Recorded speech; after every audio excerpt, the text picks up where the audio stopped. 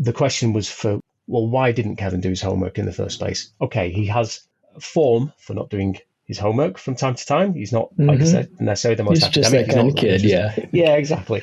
But although this kind of involved his grandfather, so why was he hesitant to do the homework? Is there a different reason?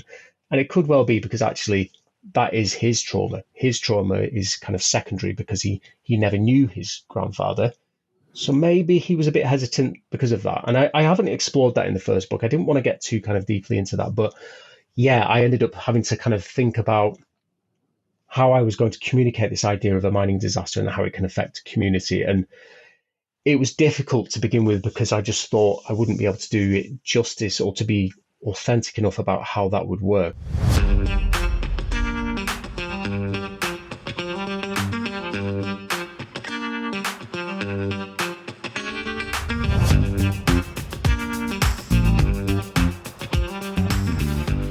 Hello and welcome to the podcast Homespun Script. My guest today is Matthew Eccles, author of the young adult science fiction adventure saga, the Bumptown series. Today, we will be discussing the first book in the series, Kevan Bevan and the BMX Time Loop.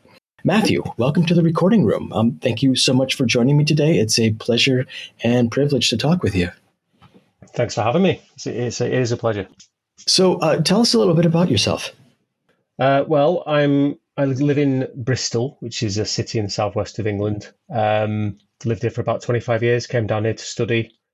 My day job is I work in an insurance company, but in my spare time, I write fiction.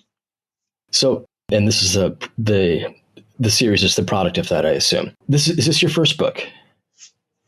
It's my first self-published book, but I've been writing, well, as long as I can remember, really. But writing to try to get somewhere with it, so to speak, probably most of my adult life. So I've done traditional publishing queries from a previous book when I was about 27, 28. Went into screenwriting, started writing some scripts, some spec scripts for different production companies to see if anyone would be interested. But this is my first self-published book. Oh, okay, great. How did Kevan Bevan and the BMX Time Loop come to be? It's a weird one, really. I mean, mainly most of the things that I kind of create, either scripts or novels or novellas or whatever, usually it's just like a very small nugget of an idea, just a tiny little thing, little concept or a little hook, and then I'll just develop it. And, I guess one of the very few benefits of kind of not currently being published or not having anything out there at the time is that, you're not under pressure to write a certain way or create to a certain deadline, or no one's clamoring for your work. So it can kind of develop quite organically. So this idea initially came to me in a dream, actually.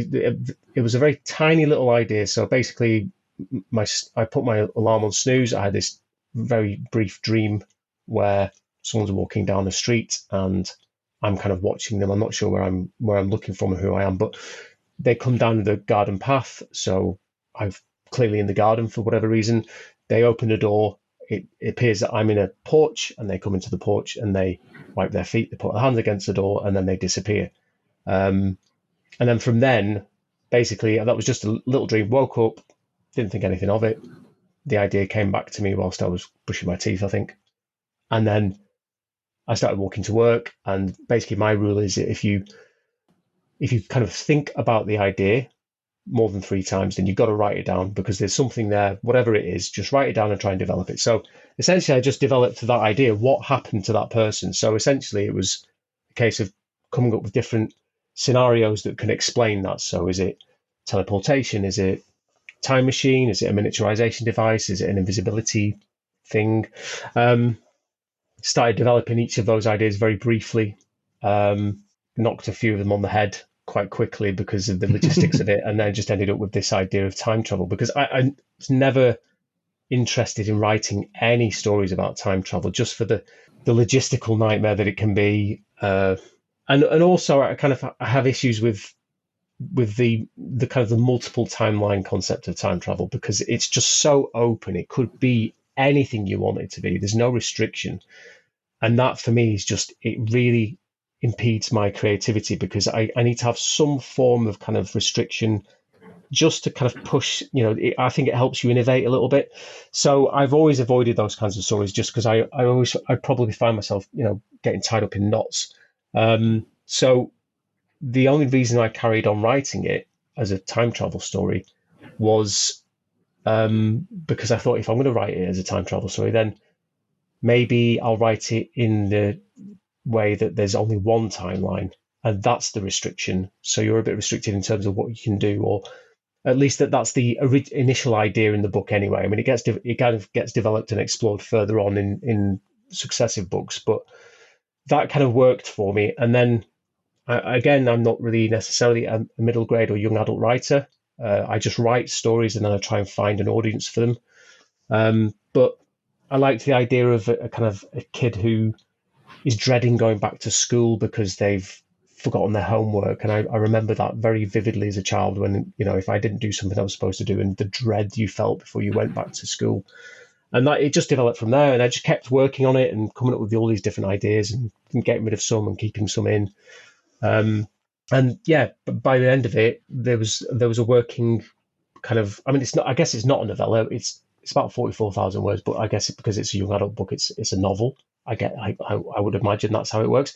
And as I kept working on it, it just started kind of, as it always does with me, it just expands out and out and out until you're doing world building and you've got this whole cast of characters, and it's more than a single book, and it's, become a series. Yeah, that's really where it came from, to be honest. Like I said, I'm just not necessarily that keen on writing a time travel story. That's just how it developed itself. And then by the end of it, the location became a character, as I guess it should in a lot of fiction. In the script writing, I'm terrible at it, but when it comes to novels, it becomes quite integral to what I'm writing. I was literally just trying to shoehorn in some kind of tribute to Back to the Future, and I started touching on the location, Hill Valley. I started thinking, Hill Valley, that's such an odd idea. It's not necessarily an oxymoron, but it's kind of contradictory a little bit. And I remember when you look at the film, I know cameras can't pick up mountain ranges and valleys very well, especially if you're in them. It kind of flattens things out, but it just seemed like quite a flat area, especially Peabody the farmer and fields as far as the eye can see, and that doesn't sound like rugged terrain to me. And he keeps talking about going up to the mountains with his girlfriend in a 4x4. So I'm thinking Hill Valley, that's quite a fun thing. I think they put that in to make it seem a bit anomalous. So I just inverted that. So Kevan lives in Valley Hill. And then as soon as I came up with the name Valley Hill, the whole geography and the geology of it just came out of, it just kind of developed itself. It just became part of the story. And that's really where it developed from. That's where the characters came from. That's where the area came from. And that's where the concept came from. So it just organically carried on developing over a couple of years. That's really where it came from. Well, that's quite fortunate that it developed organically like that, because I can imagine what I initially thought is that maybe you started out with the idea of, okay, I'm going to write something with a time loop. I'm going to use this trope, but it kind of happened in the opposite way. That's interesting. Yeah. But yeah, I think a time loop that simplifies things a little bit from time travel. And time travel, I see what you mean about that. It can get so vague and open-ended that any kind of hand-waving is possible, and it makes things a lot less interesting. Yeah, I think there was an interview with, I can't remember if it was Robert Zemeckis or Bob Gale, when they were talking about Back to the Future 2, the whole future bit of it, which is actually quite a small part of the second film. A lot of it's actually back in 1955, but I remember the interview was saying something to Bob Gale, something like, you must have had a lot of fun developing the future stuff, the self-tying shoes and the hoverboards and the 3D Jaws advert and all that kind of stuff. And I can't remember if it was Bob Gale or Robert Zemeckis, one of them. And I'm paraphrasing, obviously. Said something like, no, we weren't interested in that. We just gave that to the design team. We were more interested in seeing where we could insert Marty McFly into the story. And that's how I kind of feel about that kind of thing. If you say to me, you can go back in time and change something, and let's go forward in time and see what the consequences of that are, then I will never be able to self-publish. I'll never get a book out because I will endlessly be coming up with a whole host of different scenarios. I'll never land on any of them. I won't settle, and I'll just jump out the window. I don't know what I'd do, but I just don't think I'd ever be able to finish the book. Yeah. So the restriction kind of helps push you in different directions. And the time loop idea, I had a lot of fun with that because, working with or ostensibly, the first book kind of deals with a single fixed timeline where nothing can be changed. It doesn't necessarily mean that if you go back in time, you can't have a lot of fun with that and have adventures and get into scrapes and actually intervene and make differences, as long as that's basically how it always was. It's just that it wasn't documented because it's all minor stuff. This kid's trying to get his homework in. So as long as that happens, you can still have an adventure. But in doing that, a lot of the things that you're either trying to change or trying to avoid changing, you might end up doing the exact opposite. And I think I had a lot of fun with those kinds of ideas, and that's why there's quite a few of these small time loops where things are kind of causing themselves, or Kevan is an agent of change in some way that he didn't intend to be. But yeah, I mean, it was. To be fair though, I don't want to be tying the reader up in knots in this by the same. By the same process. Obviously, this is supposed to be aimed at middle grade and young adult. Somebody did ask a little while ago, they'd read the book and they said, you're not concerned a bit that children won't be able to understand the concept? And I said, well, there's a number of arguments against that. The first one is I actually think the single timeline concept is quite elegant. Simply put, everything that's happened will have always happened, and that's that. So how do you work within that frame?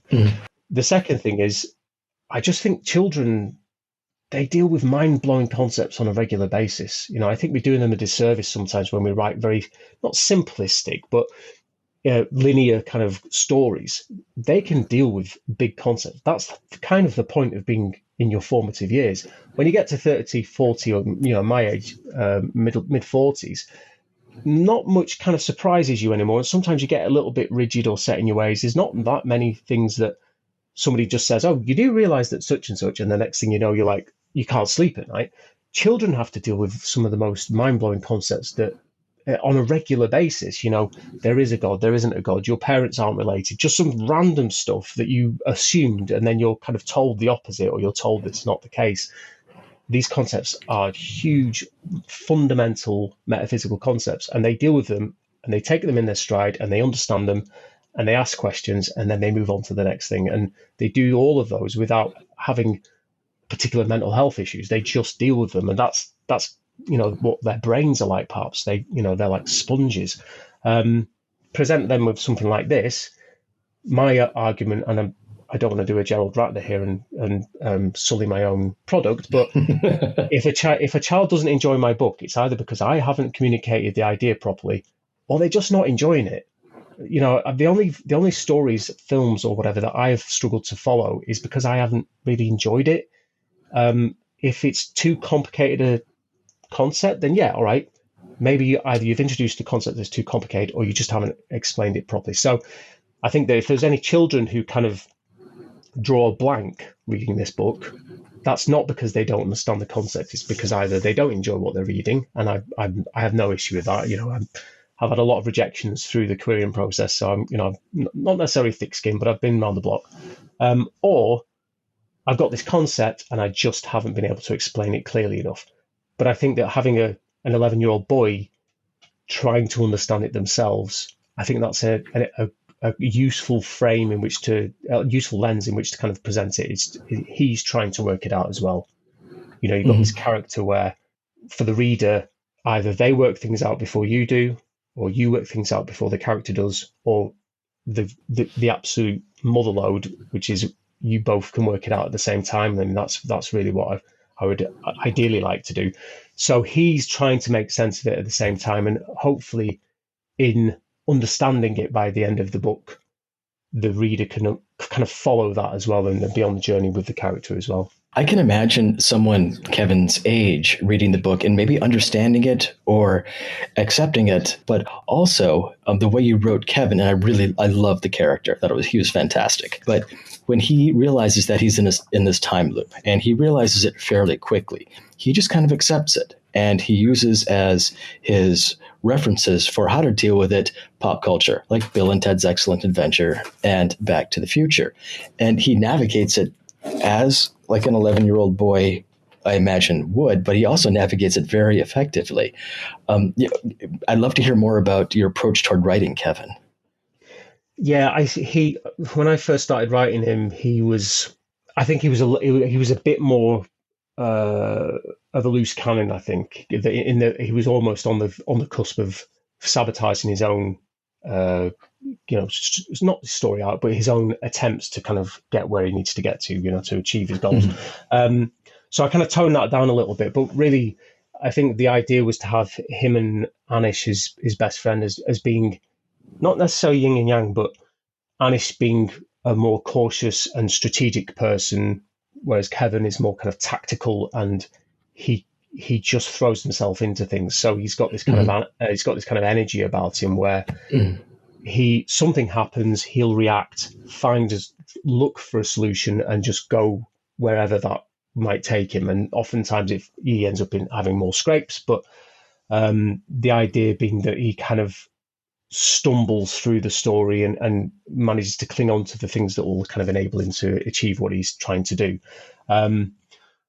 But yeah, as a character, I mean, essentially, there has to be a little bit of me in there, because I can't actually remember why I initially set it in 1990, but I was 11 in 1990, so that must be what it is. So, I remember that kind of culture. I remember those kind of references, and I guess trying to remember what being a child is like, I must have put some of myself into Kevin's character. But I think mainly he just comes from being a small town boy who he gets excited about the things that he likes.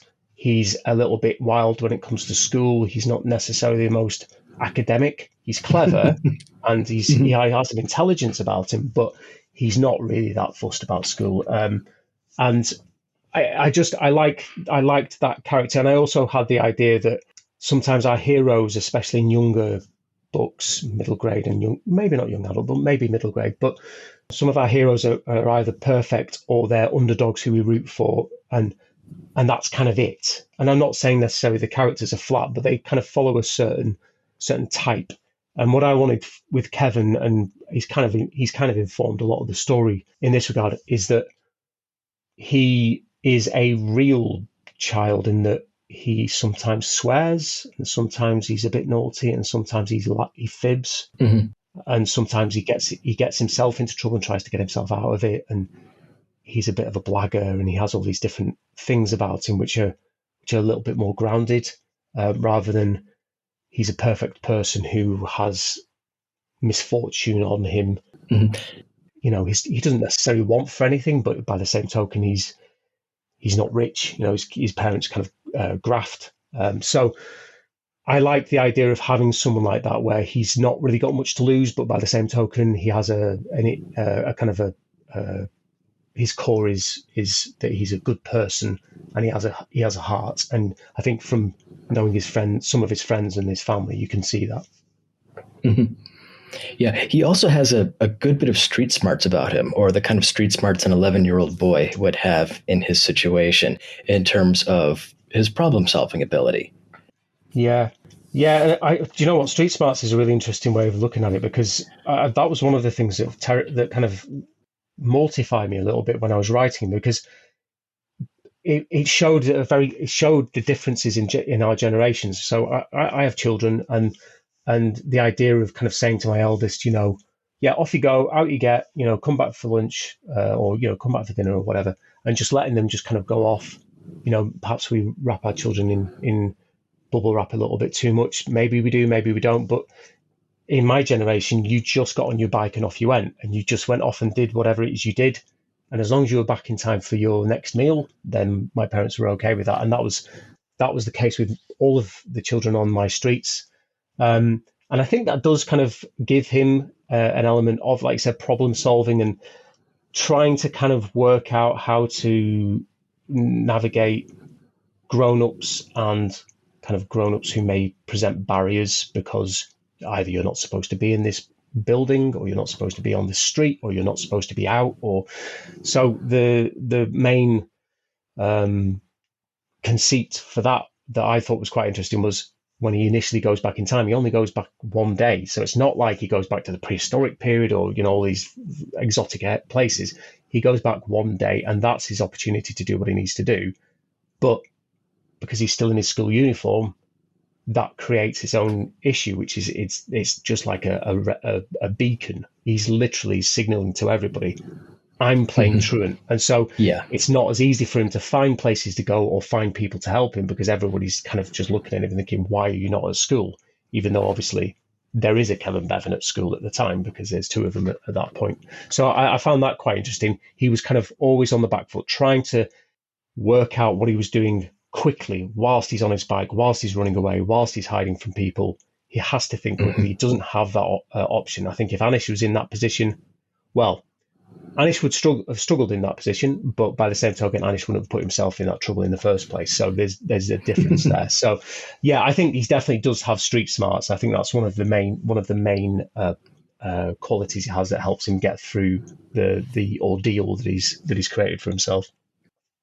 Yeah, and his problem solving ability fascinated me as well, because he took a couple things directly from Bill and Ted's Excellent Adventure. And I haven't seen Bill and Ted's Excellent Adventure in a very, very long time. But there's the scene where I think he references the scene where Bill and Ted are talking with one another, and they're saying, "Oh, we had to do X, Y, and Z, or we should remember to go back in time and do X, Y, and Z," and nod at each other. And it just happens. And Kevan thinks, "Oh, I can just do that." And then he thinks, and it doesn't happen. But the way everything plays out, he actually does do that. Yeah. Yeah, it's kind of interesting, all these films, especially from my childhood, Bill and Ted and Back to the Future, those kinds of films. There's later films that I've watched as an adult, like Predestination and Primer, that deal with time travel in a perhaps a more cerebral way, especially Primer, which it kind of did inspire me a lot about this self-consistent fixed timeline in the first place. Bill and Ted and Back to the Future, they play fast and loose with the logic of these kinds of things. Back to the Future doesn't concern itself too much, I think, with multiple timelines or single timelines. It kind of melds them both together because essentially it just wants to tell a good story, and that's what makes it so great. And Bill and Ted initially seemed like this kind of really light film where it's just about these two slackers who just want to play in a band, and they're well-meaning kids, but essentially they're not kind of doing very much. Actually, they're really sharp. This idea of them. I think it was something like making sure they kind of put some car keys in the right place, and then when they look, it's there, and they've done it. And most people wouldn't have thought of that; they'd just be panicking. Whereas Bill and Ted, they're easygoing enough to be able to just kind of go, well, why don't we just try this, and it works, and that's great, because that's one of the great things about the film is that they don't stumble through these successes. They actually orchestrate them. They're actually a lot sharper than their characters are written. So I thought that was an interesting idea. Like you said, using pop culture to kind of inspire himself.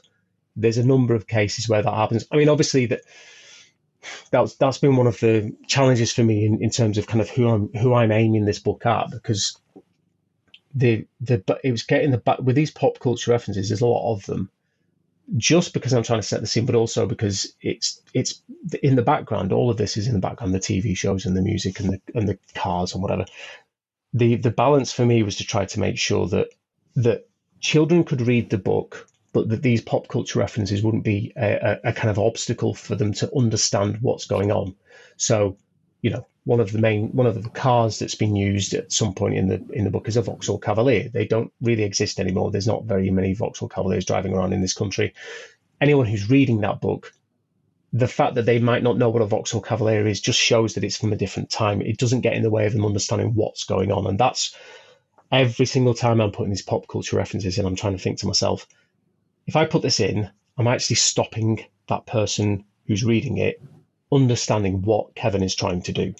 Do you have to have watched Bill and Ted's no, but if you just kind of reference it and then have him try to do the same thing, you need to be clear about what happens in that film. So I found myself kind of writing 2 or 3 lines about what happens in these films, or in, Oh, okay. to try to help the reader at least understand why he's harking back to these references in order to help him. So that was an interesting balance to try to strike.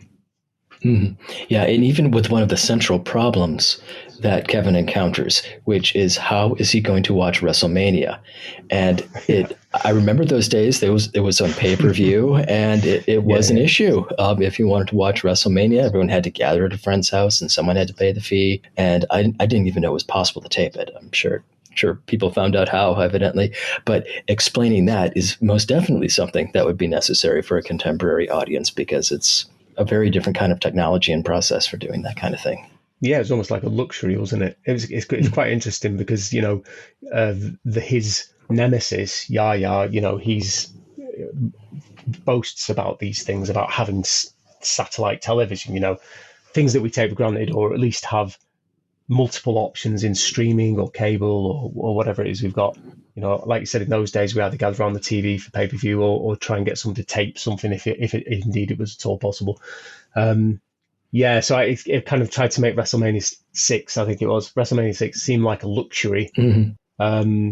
that only the very few fortunate people could enjoy. And that became a thing for him. His dad needs to get his friend from work to tape it because he's got the means. So it's a very long-winded process. I mean, obviously in this day and age, this book wouldn't exist because he'd just sit back and watch TV. But Right. yeah, in those days it was a bit more complicated.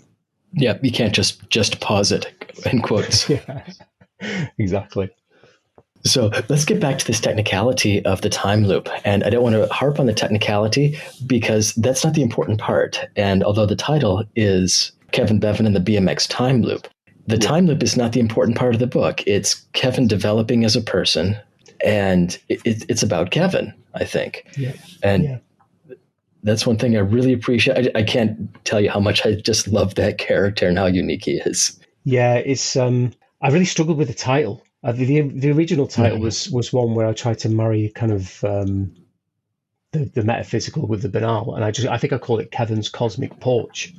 I just didn't know what to Mhm. call it, and I thought that tried to keep it quite light because, like I said initially, this was a spec script and it was a 20-minute Mhm. TV show, and it was really light. So the baddie was a really big baddie, and the bully was just a really stereotypical bully who got his just desserts and all this kind of stuff. Mhm. Um, so I thought the title could be quite light and daft, and I call it Kevin's Cosmic Porch. As soon as I turned it into a novel. I started novelizing it and working out how it all worked, and the characters started getting a bit more complex. The story started getting a bit more kind of, there's a bit more kitchen sink drama going on, which I actually really enjoyed writing. I didn't think I would in this instance. I thought it would just be a fast paced adventure, kind of a boy's own kind of thing.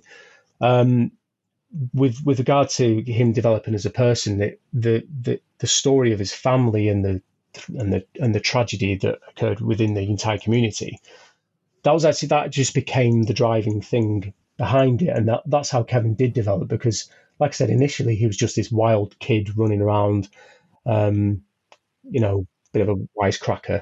But in the book he became not softened necessarily, but he had more facets to him, which obviously you would want. But um, the time loops themselves, I guess, I kept that in as the title because that's the moment where he realizes, not necessarily realizes, but where he starts to get a bit more of an understanding as to what is actually going on, and why he's struggling to do the things that he's trying to do, and he starts to understand some of the weird stuff that's been going on. But the time loops themselves, they were logistically kind of difficult to develop at times, because one of the things I realized, and I guess all people who write anything to do with time travel would always avoid this like the plague, is you don't want something just incongruous happening, something weird happening just out of nowhere. Anish and Kevin Mhm. are walking down the street and a pigeon falls dead out of the sky at their feet, and they just shrug and carry on walking. And then 20 pages later, they go back in time and something happens with this pigeon, and that explains that. And we can't have that because it's just jarring. takes you out of the story. There's no reason for it to be there. And then just because it explains itself later on, that's not satisfying. Yeah. So the time loops themselves had to kind of still be integral to the plot, and that the initial mystery of any of these things happening still had to kind of fit in with normal life. So, for example, the time loop there's a time loop with the car where, they realize that they may miss WrestleMania because Kevin hasn't done his homework and he's going to get grounded. And if he gets grounded, he doesn't get to watch WrestleMania. And by the time they get to watch it, they'll know all the results. It'll be a waste of time. And he thinks, his life can't get any worse. And then a car comes past and splashes him. So that was a comedy moment, a moment just to kind of lighten it up a little bit. But then I kind of worked that into the story in that if he goes back in time one day and he's got a chance to do his homework, he goes across the road, and that's potentially that very same car screeches to a halt, beeps at him. He makes a rude gesture at the car, goes across the road, and then realizes that maybe that's why the car splashed him in the first place. But the only reason he gave him a rude gesture is because he has a memory of being splashed. So that's the initial time loop that starts to kind of get him thinking about it. And there's a few of them peppered throughout. But obviously, I guess you could do that non-stop if you wanted to. You could have 100 time loops in the book. Right. Pretty soon people are going to get quite fatigued doing it. It gets old after a while, yeah. Yeah. It would get old. It didn't get old in your book at all because you did it a few times. There's a few, but you can't, because otherwise you're just patting yourself on the back for your logistical prowess, and that's who cares? Nobody cares about that. The reader just wants to be entertained and to enjoy what they're reading. So hopefully I haven't over-egged that.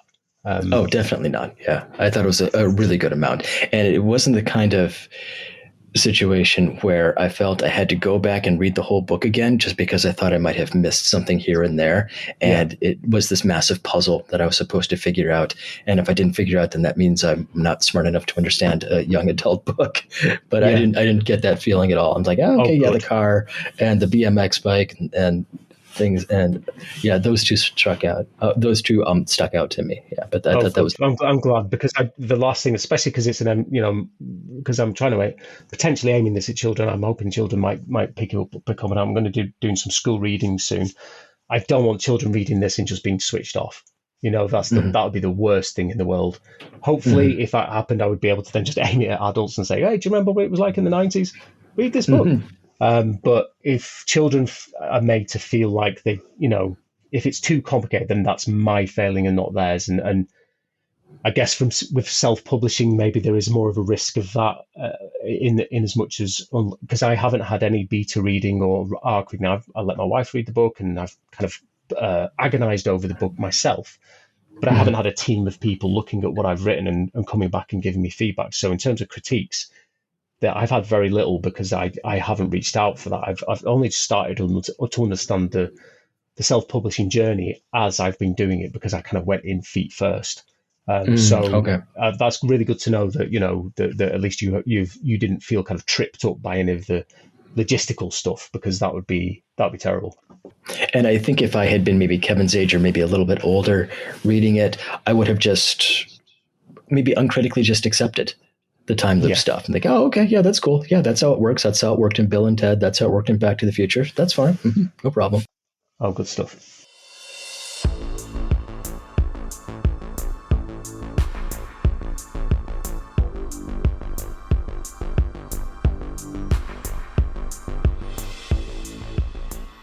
Let's move a little bit forward with I don't want to call it the secondary problem, or maybe the primary issue in the end, which is Kevan has to write a report about a coal mine. Yeah. And specifically coal. And one of the interesting developmental things about Kevan is that, first off, he has no interest in this at all. And his teacher wants him to write about coal. And after a little while, he gets interested in coal. It's like, this is pretty cool. This type of coal does this. This mine had this kind of seam. But you work this and transform this very fun plot. By the end, you transform it into a rather poignant message with quite a few angles and layers to it regarding the impact of coal mine disasters and the impact that they've had on small communities. And I'm a little hesitant to say more since I don't want to ruin the end, but I'd love to hear how you were, or what your approach was to working this in. Yeah, I struggled to. The thing is, I'm not Welsh. I'm half Welsh by birth, and I had family in Wales, and I went and visited a lot. So I've tried to kind of draw from that my kind of memories of the small towns in that area, which is kind of mid Wales, places like Welshpool and Oswestry and Shropshire. And so kind of Welshpool has been a very big inspiration on how I've kind of written the high street. But it's the same as a lot of market towns in England as well. So I've got a lot of kind of experiences of those kinds of things. But I'm not necessarily Welsh. So in terms of culture, I'm not from there. So I was a bit hesitant to begin with writing this because I thought, I need to avoid any kind of stereotyping of this culture because it is a very strong culture, and especially there are different areas of Wales where they have a different type of culture. South Wales in the valleys, very different to Mid Wales, where there's a lot more farming and there's hardly any mines or anything like that in that area. The coal fields are mainly in the south. The idea of Valley Hill it is set in Mid Wales, but there is a coal seam, and that's because there's something a bit odd about this bump in the middle of this valley, Valley Hill. There's something a bit different about it, something anomalous, and I'm not really sure what that is. But then I found myself writing about mining, and I thought, oh God, am I going down this route of doing stereotyping of Welsh people? As soon as I started writing this book, I'm writing about mines, and so I kind of was a bit torn about it. But then I thought, well, no, hold on a sec. This, some things are cliches for a reason, and mining is a very major part of different Welsh people's history, especially generational, and of course when it comes to things like mining disasters, that generational trauma. So that's one of the things I wanted to look at, was not just with the mining disaster, but different elements of generational trauma, be it anxiety and depression, kind of passing down any kind of loss or grief, passing down into generations. The question was for when Kevan was that I'm starting to kind of toy with at the moment is, well, why didn't Kevan do his homework in the first place? Okay, he has form for not doing his homework from time to time. He's not, like I said, necessarily the most He's academic. Just that kind of kid, yeah. Yeah, exactly. But although this kind of involved his grandfather, so why was he hesitant to do the homework? Is there a different reason? And it could well be because actually that is his trauma. His trauma is kind of secondary because he never knew his grandfather.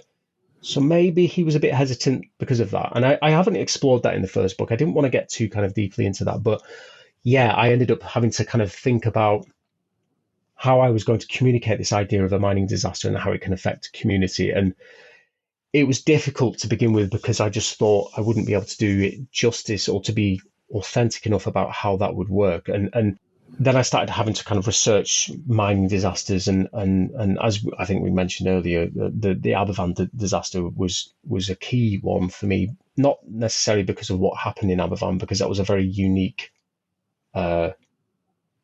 atrocity, essentially, like this terrible thing happening.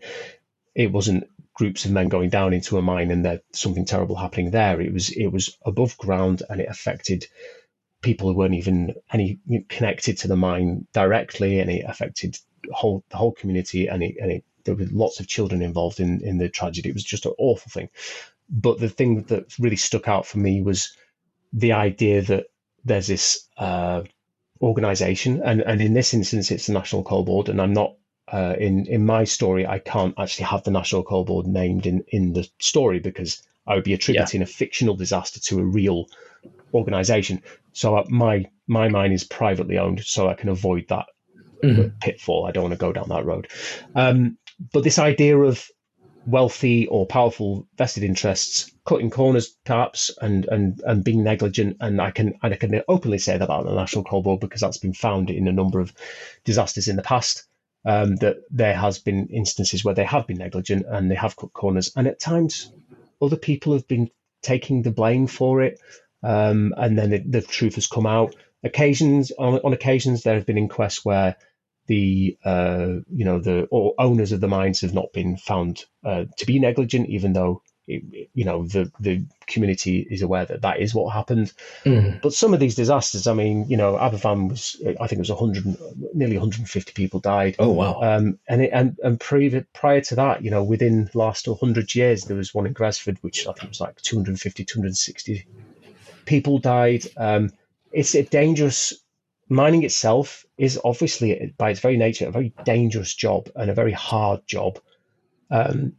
But you would expect to rely on the powers that be to ensure that what you're doing is as safe as it possibly can be. And Yeah. that's one of the things that I really wanted to explore, which is in this book, if you're not interested in reading any more of these books, at least you can read this book, and it kind of it has a beginning, middle, and end. It doesn't have 1,000 strands with loads of questions. You could read this one book and be happy with that book. And if you're not interested in reading the others because you don't want to read a series, or you move on to something else, then I want you to still get something out of this one book. So the mining disaster in this book is just a very human story, and it continues to be throughout as I'm developing it. But I didn't want to kind of go into the whole idea of the few trampling over the many.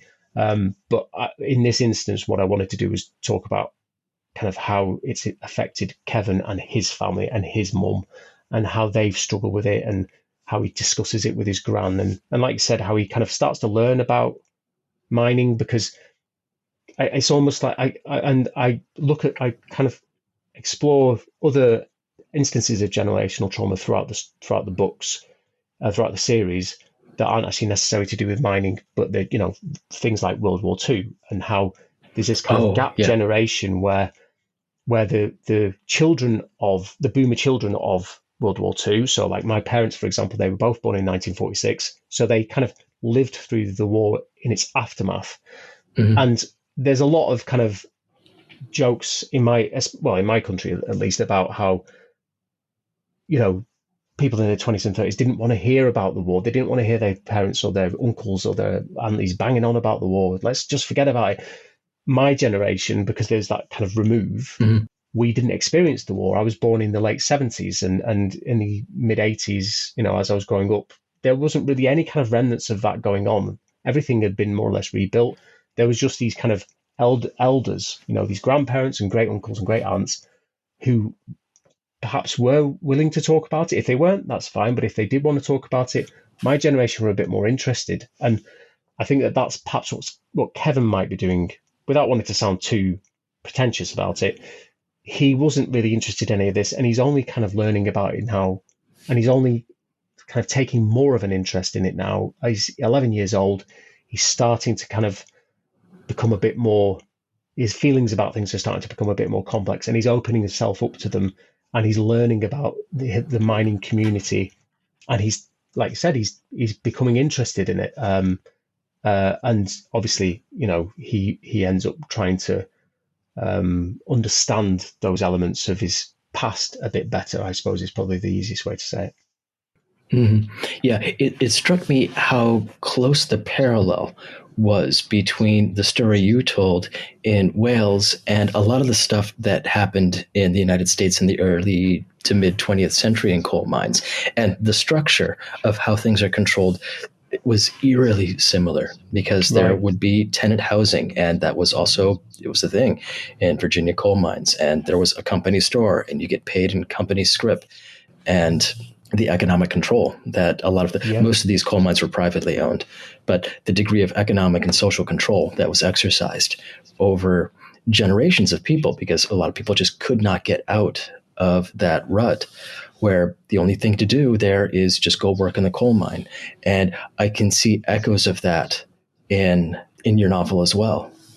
Yeah, it's interesting. I mean, in order to write this kind of, I've got this huge invisible book, because I've had to research certain things in order just to kind of put some of this stuff on the page, because otherwise it would just sound, I mean, I'm not saying necessarily it does sound authentic in my book, but I've at least made the effort to kind of understand some of the things that I didn't know in the past. And I didn't know anything about tide housing, is what I think they call tide cottages, tide housing in this country, or especially in the past, regarding farming and mining.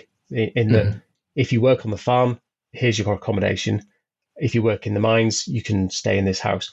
okay, I get that. It's like digs. You can have them in hotels and things. There's lots of different places where this occurs. But the idea that when there's a, and this has happened in the past where there's been a terrible tragedy, regardless of who's to blame for it, widows being, turfed out within a few weeks because, Yeah. well, why would we continue to provide accommodation for you? You're not providing anything to us. That kind of control, like you said, is quite interesting because in this country, especially because of the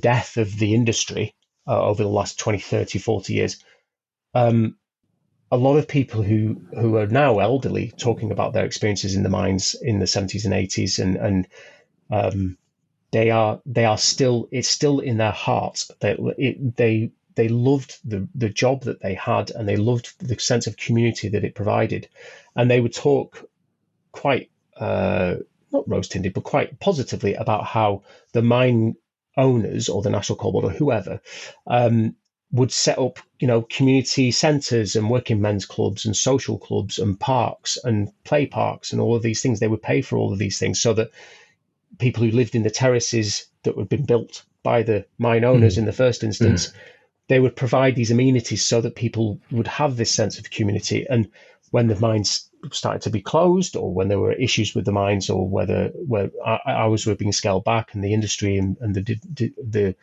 demand for coal started to drop off, and the Conservative government just oversaw this huge reduction in coal mines, these communities were essentially hollowed out. There was nothing else there because, like you said, that was the prevailing industry for potentially thousands and thousands of people.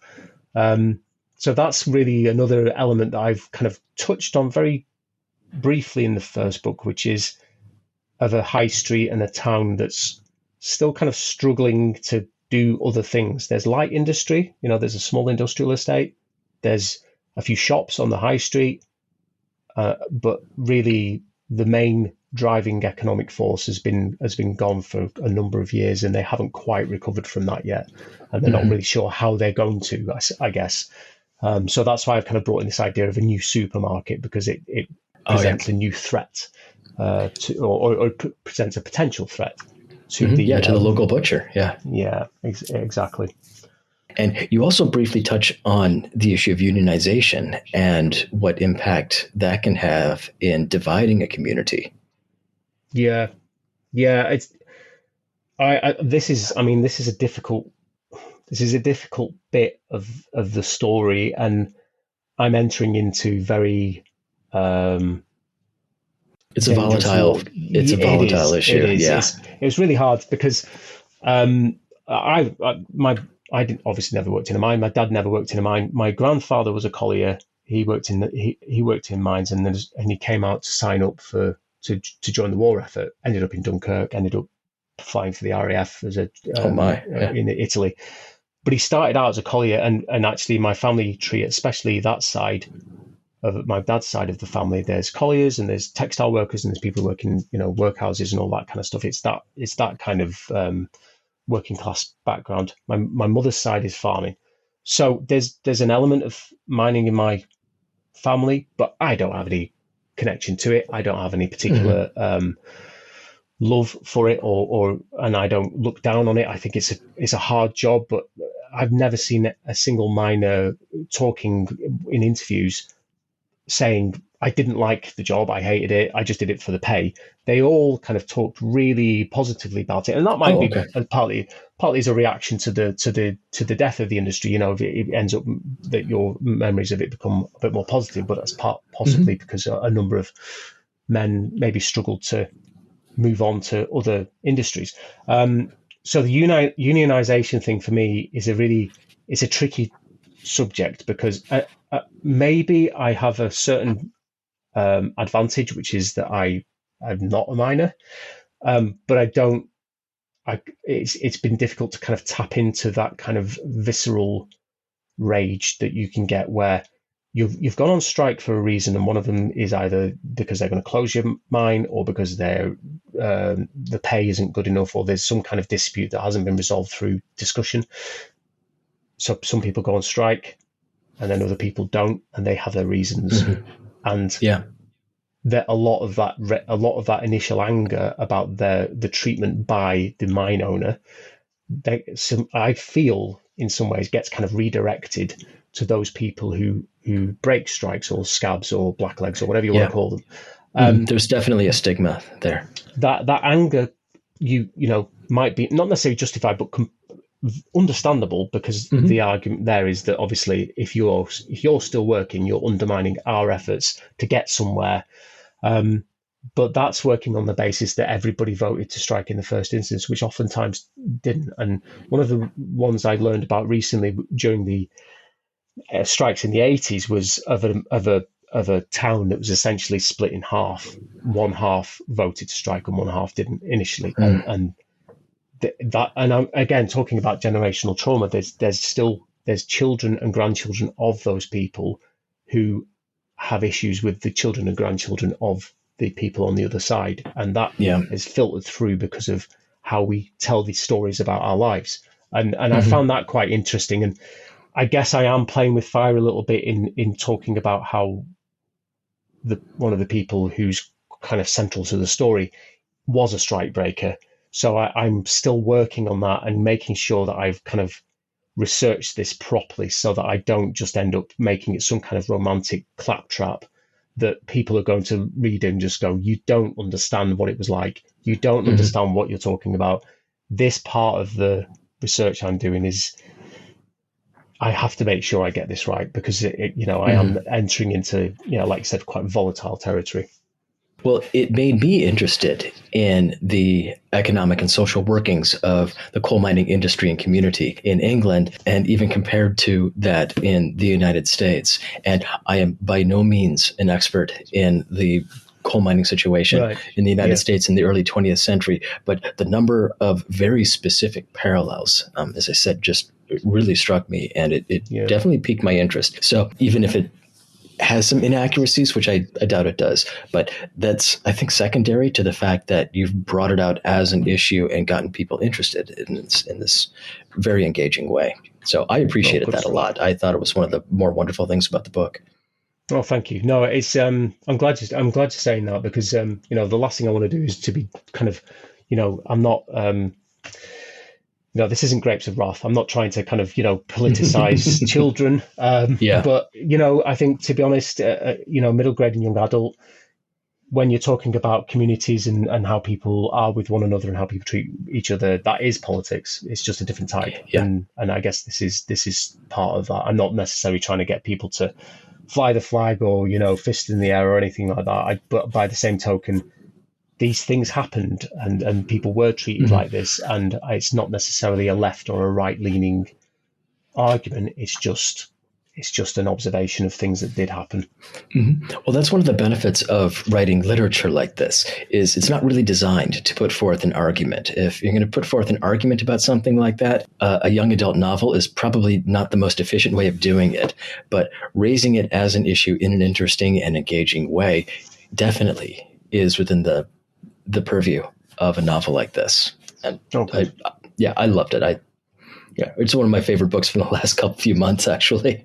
Really? Oh, well, I'm glad you feel that. Oh, that's great. Yeah. So I was expecting just a straightforward sort of adventure, fun little thing. And then I saw it developing, like, oh, there's a lot more here, and it's a great way to introduce social issues like that to people who may not ordinarily be interested in them.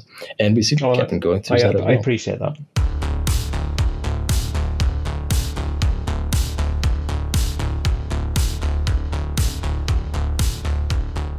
So this is book 1 in the Bumptown series. When and what can we expect for the book 2? So the story opens out quite significantly. I mean, basically, one of the things I enjoyed writing, but also found quite taxing at times, was writing from a single point of view all the way through in third person. Not because I don't normally write that kind of way. In fact, I very rarely write in first person, but I kept writing that way because I wanted you to be perched on Kevin's shoulder, seeing what he's seeing, understanding things the way he's understanding. I wanted to be quite close. And I think that maybe I got some inspiration from, I can't remember who wrote it. Was it Dick Kingsmith? No, maybe not. there was a book called Me and My Million, which was about a child who kind of stumbles upon this fortune in a bag, and he then ends up kind of hot-footing it around London, trying to evade baddies, and he has these kind of encounters with people. There's a bit of an element of that there, but by the same token, Kevan is an unreliable narrator, and I thought I always had it in my head that you would be hearing from Anish about things, because one of the things that I really don't like about some writing is the idea of bringing in a sidekick just so that you can have dialogue. So that it's not just in a monologue. Let's bring this person out so you can just bounce kind of words off them. And they don't really provide anything apart from perhaps some kind of, if the sidekick is the opposite sex, then maybe you get a snog at the end of the. I just find that to be not necessarily lazy, but just it's well worn. And there's great ways of doing it, but I was always of the opinion that if you have a sidekick, they need to be integral. As in, if they weren't there, the main character would not succeed. Anish, for me, is Kevin's best mate, and he's not a sidekick. He is his own person, and that's why I have him kind of integral to some of the key scenes in the book. So, in terms of the second book, I've kind of thought, and this will come out anyway when I start doing the promotion for it, because it's going to be in the blurb. But essentially, the main point of view is going to be from Anish's perspective this time round. Oh, okay. So Kevin's story is going to continue. He's going to still have his point of view, chapters in his point of view, but more than half of the book is going to be Anish's perspective. And in that regard, they're going to have a completely different adventure, but there's going to be elements of what Anish sees about Kevan, or Anish has experienced about scenarios with Kevan, that might actually jar a little bit with how Kevan interpreted them. So the idea in that instance is I want to develop their friendship in a way that makes it that it's not perfect, because it isn't anyway. I mean, in the first chapter of the book, I've put in a microaggression, because it's an analogy, but essentially the idea that Kevin's kind of got these wrestling names for him and Anish. His is the Bevastator, I think it is, because his surname's Bevan. He thinks a good one for Anish, because his surname is Desai, is that he's Desyco. Anish doesn't like that name. He wants a different name. His favourite name is the Anesthetist, because he thinks it's a bit cleverer, and obviously his favourite move is the sleeper hold, which kind of ties in with that. But Kevan doesn't like it, and he kind of apologetically says, sorry, it's just the psycho is easier to say. And I just wanted to put that in as a kind of an analogy of common microaggressions for people who are not of whichever country they're living in, or that their ancestry at least isn't, because Anish is British. I mean, he's from Bradford, for God's sake. He's not actually Indian in that regard. He's got Indian heritage. So it's a different kind of mindset, whereas there are lots of people I've actually met and spoken to in the past where they've said either some guy just started calling me Trev because he couldn't pronounce my name, or somebody saying my name's actually Cosine, but I call myself Coco just because it's easier for people to say. And it's like, wow, you're changing your name just to kind of make it easier for other people. Well, really, they should be able to pronounce your name, because it's just a name like any other. It's just not Peter or Paul or John. So I wanted to kind of do that so that it kind of foreshadows a little bit of the fact that their relationship isn't perfect. And in the first book, you're hearing from Kevan, so is not much. He doesn't have that much of an issue with his relationship with Anish. It kind of plods along quite nicely for him. He's quite happy with it. It ticks along quite smoothly. The idea now is for me to start kind of developing Anish's story and his removal from Bradford and kind of moving into this small village where they may very well be the only Asian family in the entire town. The town's not that big. It's only about 7,000 people. But him kind of appraising his relationship with Kevan, and maybe having a few different ideas of what that relationship currently is and what it actually could be. And that might be a source of tension between the two of them. So the idea is that I continue to build this relationship between the two of them so that I'm showing it as one that isn't perfect, and it does have its issues. And some of the things they're going to learn about themselves and about each other might be slightly, a bit painful. So that's the main thing. It is the whole story opens out. There are multiple points of view. There's obviously more of an exploration of this whole time traveling caper, but they have a new adventure to go on. And again, like I said, I'm just really keen to make sure that Anish isn't this kind of sidekick. He's Kevin's best friend, but he's his own person, and I wanted to kind of lend a lot of the story to him, and that in itself has provided a number of challenges because essentially, I'm about as privileged as it gets. Really, I'm white, I'm male, I'm from Generation X, I'm straight. I'm Western. I've got it all. I'm trying to write a story about someone who isn't me. I mean, Kevan isn't me either. I'm not Welsh, but Anish has his own background, and it's something that I have to delve into quite a lot before I'm comfortable writing it. So I've got a couple of guys who I've been talking to about their experiences. They're not Indian and they're not Hindu, but they are British and people of color, and I'm trying to explore that tension. So I've first book, I kind of sent that to them to look at first and just said, look, am I being clumsy? Am I being ham-handed trying to write this story? Is it obvious? Is it too much? Am I actually being racist or xenophobic in the way I've put this across? Just please be honest with me. And they came back and said, no, it's all right. It's pretty good. Whether they like the book or not, I have no idea. But I wanted to make sure they at least were kind of, they could give me their kind of judgment on that element of it. This book, I need to kind of make sure I open out and send it to a few other people who I know and just say, look, this is my attempt at writing a Yorkshire Hindu Asian 11-year-old boy. Could you please help me so that you can tell me whether or not this is gibberish or not? Because one of the key things I want to make sure of is that I'm not writing him just through the lens of his race and the experiences he has as a consequence of people either accepting his race, close quotation marks, or being intolerant.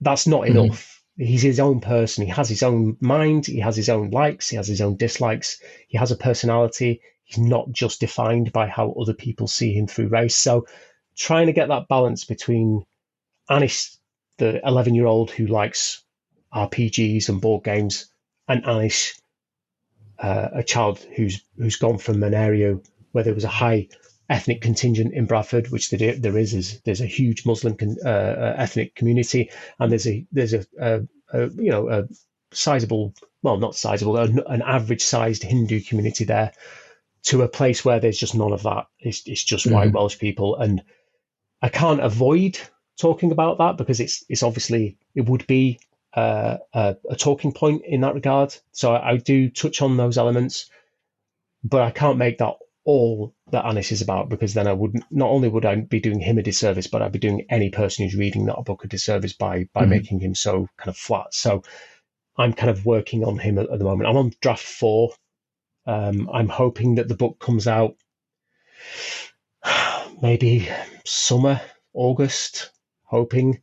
The only thing that's slowing me down a little bit is I have to do some remedial work on book 1, and I don't mean the content, because I have to just give up on that and just say it's there, it's out there.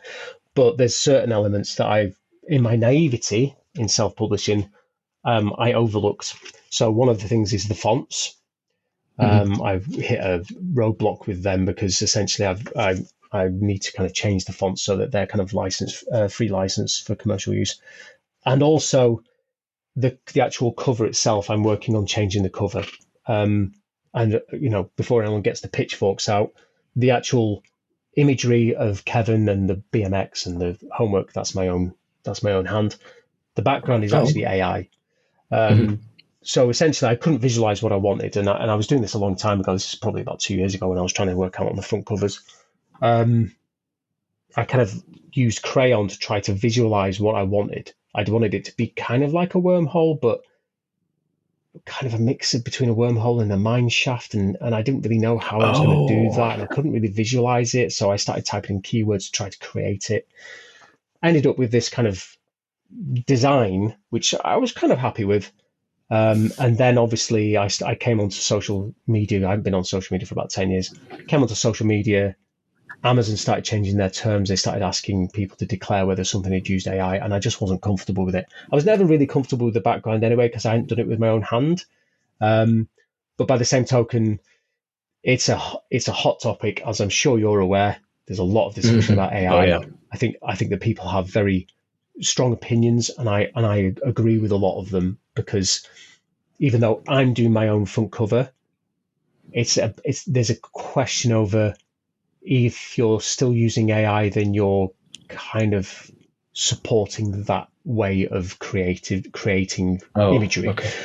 And I do feel a bit squeamish about all of that. And like I said, I was never 100% comfortable with it just because I hadn't done it myself. So I'm still working on that. I've managed to get one of these entry-level graphics tablets at Christmas, and I had a lot of fun on that. Not quite there with how to control it. It doesn't control like a pencil. That's all I'm good with, is a pencil and a fine liner.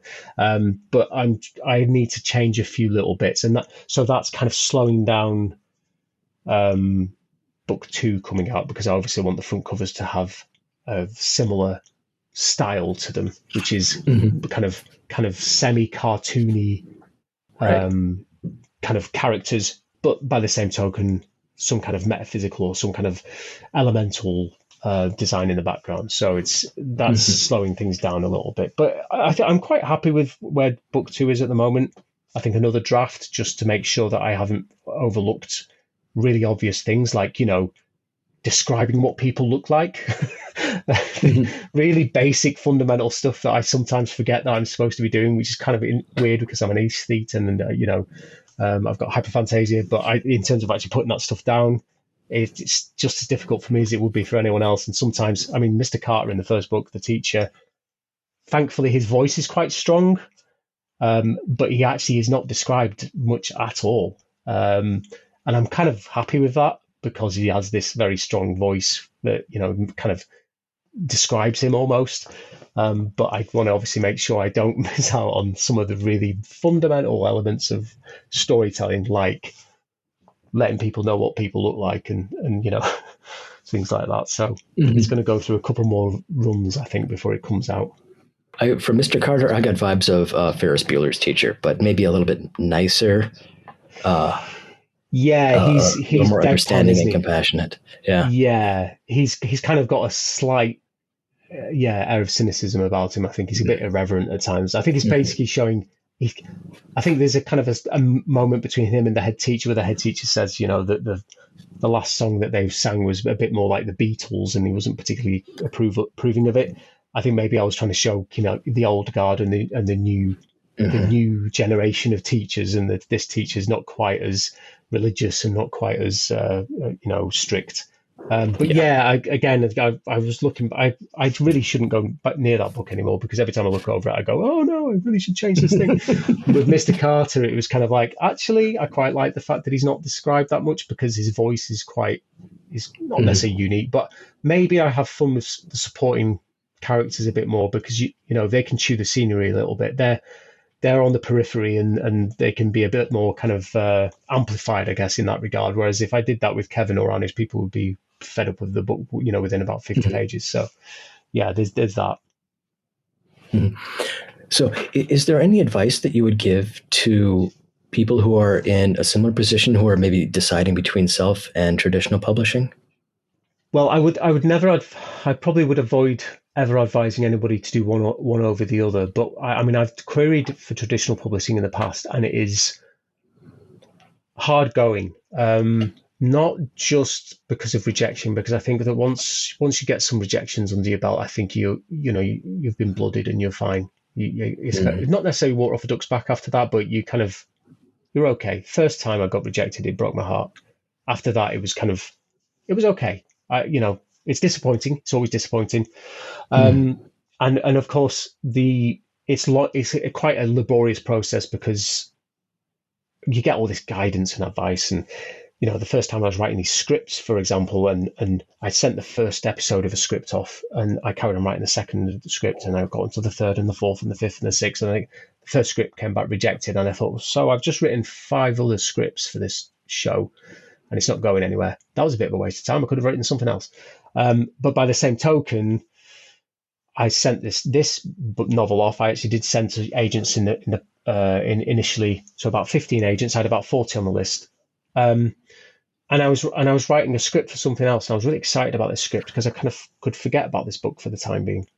But then every time a rejection came back, I was having to spruce up the synopsis and the covering email and the elevator pitch or whatever else it is I'm presenting.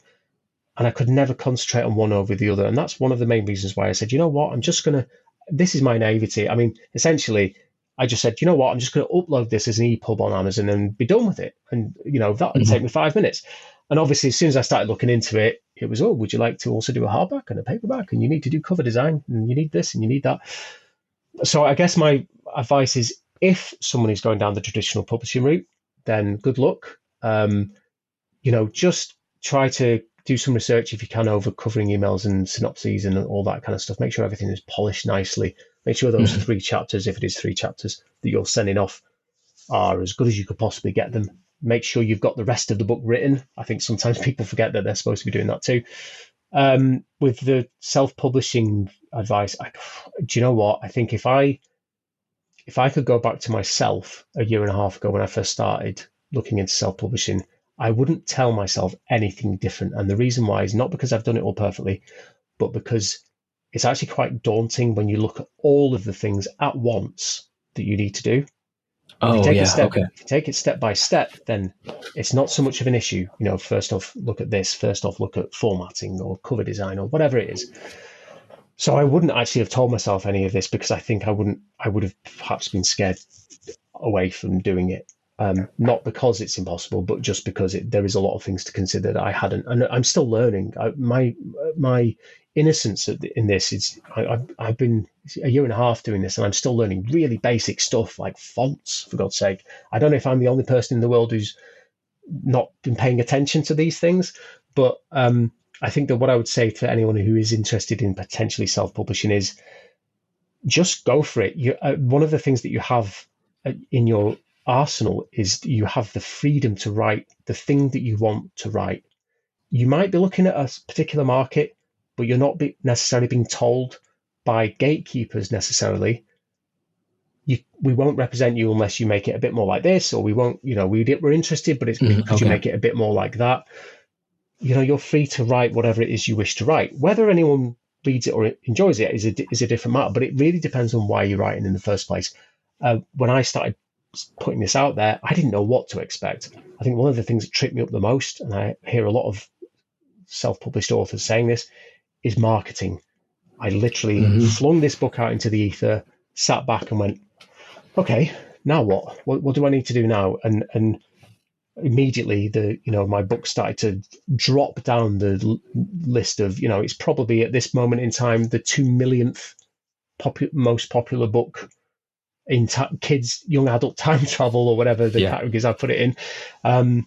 Marketing is what tripped me up the most, which is I'm not really sure how I'm supposed to be doing that. I thought I'm supposed to just be writing, but obviously no one's there to hold your hand through that. So I think general advice to anyone who's self-publishing is do your research. Maybe try not to listen too much to people on social media who tell you what the golden rules are, because, there are different ways of doing this.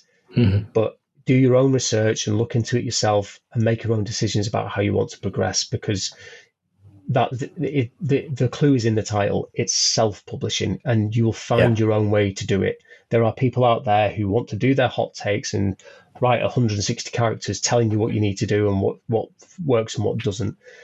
It may have worked for them, but it doesn't mean it works for everybody. Just because one person has an experience, it doesn't make it universal. So do your research in your own time and take your time doing it, because what I'm finding is that I am still trying to correct errors, or even worse, give up those errors and just say that's just the way it is, because I maybe rushed it a little bit when I was putting it out there.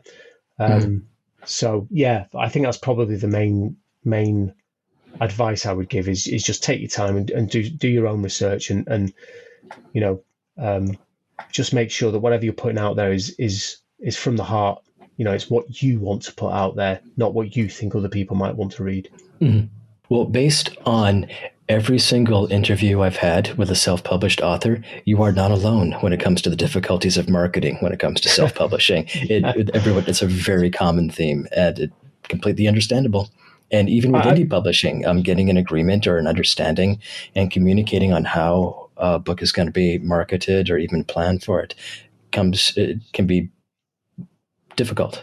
It's hard. I mean, I think the thing because the first book I sent off was a sci-fi book for adults in 2008. And in those days, and I say that like it was a million years ago, but in those days it was all hard copy. So you'd send out 3 chapters, and even if they just sent back a form rejection, if you had a self-addressed stamped envelope inside the submission, they would send your submission back, and oftentimes you'd have shorthand all over it, which was really meaningful and really reassuring. It was like they did read this, and maybe they tore it apart, but look, they cared enough to criticize it. They cared enough to say that this paragraph didn't quite work or this paragraph did work. I actually got some feedback from that. And in terms of kind of self-publishing, the marketing element, when I was querying this book initially, before I just thought, you know what, I need to go down a different route. And I left about 25 literary agents not sending it to them. I just like, no, I need to do something different. When I was querying with them and I was doing research, a lot of this was saying, you need to have a strong social media presence. You need to have this, you need to have that. And I'm thinking to myself, some of the greatest writers in history and some of the great writers in self-publishing and indie publishing are under pressure to have this public face, to be a persona, to have presence, to write stuff in different social media platforms. A lot of these people have social anxieties, or they have mental health issues, or they just are not comfortable putting themselves out there. I was talking before about doing school readings. Well, I don't have a problem doing that. I personally don't have a problem doing that. I can stand in front of people and I can talk. I get nervous just like everyone else, but I can still do it. I can still put it out there. But for every one of me that does that, there's 9 other people there who are like, I'm not going to be standing on a stage talking to school children about my book. Even doing book signings is a huge endeavor for a lot of people. So I can imagine. Yeah. So this idea of having to have a social media presence, it's kind of new and quite frightening for people. The marketing element for me is difficult because I don't have any money to throw at it. But also I'm not really sure how best to do it. So I've got some ideas, a few guerrilla marketing ideas, like donating books to charity and just having them on the shelf so I could get some market research and see how quickly it was before it sold. So that that's interesting. Okay, somebody was interested in the title because the spine is really quite basic. It's white on black. Somebody was interested in the title because they took it off the shelf. Someone was interested in buying it because they did buy it. So what was it that drew them in? Was it the front cover? Was it the blurb? Was it my pretty face? Was it the actual, did they skim it and think, oh, this looks interesting? I don't know. I don't actually know the answers, but there was something about it that kind of drew it out of there. So it's in households of people who were willing to part with 99 pence. And I don't care about making any money from it at this point, but it's just those kind of ideas that I'm testing. School readings, that would be interesting if those teachers are happy with the content and that it's appropriate for the age. But yeah, I mean, the expectation for everybody to be doing stuff like that just to market their own book is hard. That's definitely the hardest part of it. And I think that there's a cut-off. You have that high of launching your book and maybe celebrating at home with your friends or family, and then the next day you wake up and go, okay, well that's that then. There's a bit of a come down from that, and after that you're then expected to do Instagram videos. I mean, I've done a couple of them, and I'm showing my age because they're not immediate, they're not 10 seconds long, they don't grab your attention. They're these kind of long films which no one has the time to watch. I mean, I think most people would have scrolled past my video before they even saw any of it, because the first 2 seconds of it are black because it's supposed to be building the mood. That's me doing an Instagram video badly. So I'm not very good at this whole marketing caper. This bit of it is, for me, is it's not necessarily beyond my ken, but I'm still learning different ways of doing it, and some of it I'm not necessarily comfortable with. Let's just put it that way. Mm-hmm. Yep, I'm right there with you in the Instagram videos, because all the ones I put up, it's really hard for me to get under 30 seconds, and most of mine are right around about a minute and a half. I don't know how they not do the best. it. Yeah, I mean these bookstagrammers and Mm-hmm. booktokers, there's people going, God, everybody uses Canva and everybody uses this app and everybody uses that app, and it's like, yeah, but thousands of people watch that because they edit a really tight video. I mean, that's a skill. I mean, I learned that at university, and that was with the old stuff, with the shuttles and the VHS. These guys, they're filming something on their phone, and you can do it on your phone. You can literally crop and clip and put effects in and put music in, and within an hour or two, they've uploaded it, and they are slick. These people who do this, there's a skill, definitely a skill to that. Yeah. I think I spent about a week storyboarding my video and about 2 or 3 hours filming it and putting it together and putting this music to it, and I think about 3 people watched it. So there's definitely a skill to it, and it's something that I need to start kind of getting out of my own head and just accepting that this is how people do these videos. This is what gets people's attention. It has to be a bit more immediate, and I need to kind of get in line and start doing that, I think. Mm-hmm. Matthew, it's been wonderful talking with you. I really enjoyed your book, and I really enjoyed this conversation. It's been a pleasure. I wish you all the success and all the best as an author. No problem at all. Thanks for having me. Okay, and we will talk soon. And best of luck to you once again. It's been wonderful having you. Thank you. Okay. People say a man is made out of mud. A poor man's made out of muscle and blood. Muscle and blood and skin and bones. A mind that's weak and a back that's strong. You load 16 tons. What do you get? Another day older and deeper in debt. St. Peter, don't you call me, 'cause I can't go. I owe my soul to the company store.